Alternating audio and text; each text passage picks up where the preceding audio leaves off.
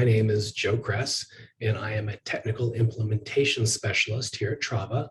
And this video is intended just to give you a high-level overview of what our dashboard looks like and what you can expect to see in terms of functionality.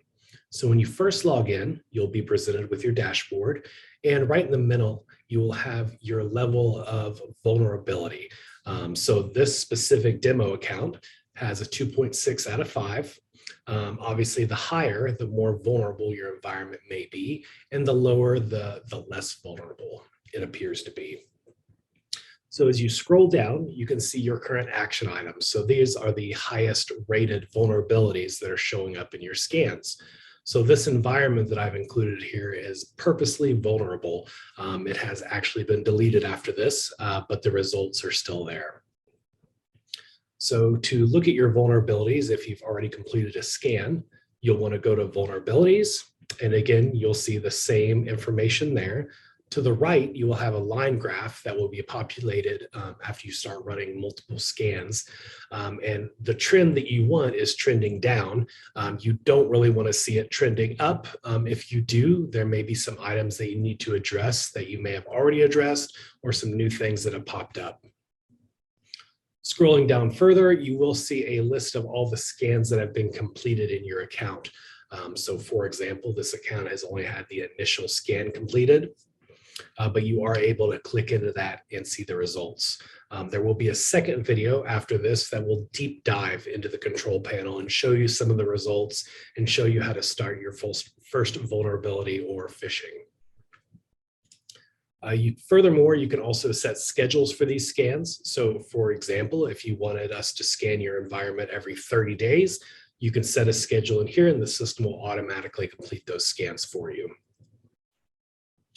And to start a vulnerability assessment, simply click here and click Start Vulnerability Assessment. It'll walk you through all the information, and the second video in this series will walk you through all of these specific items, how to find the information and how to input it.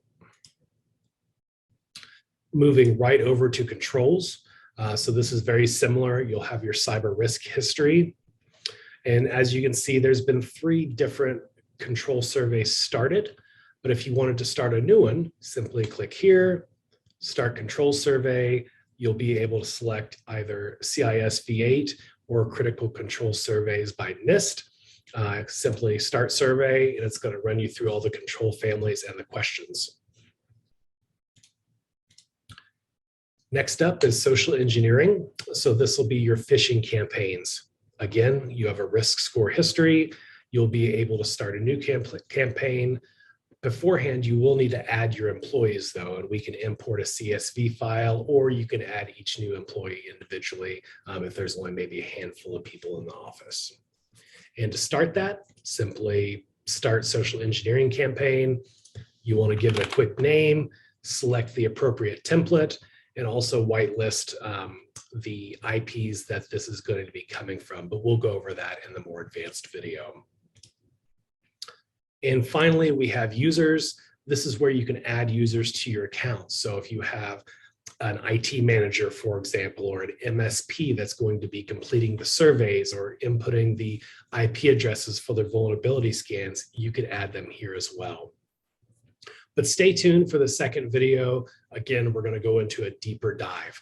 If you have any questions, you can reach out to your account executive or email support@travasecurity.com, and we can make sure your question gets answered.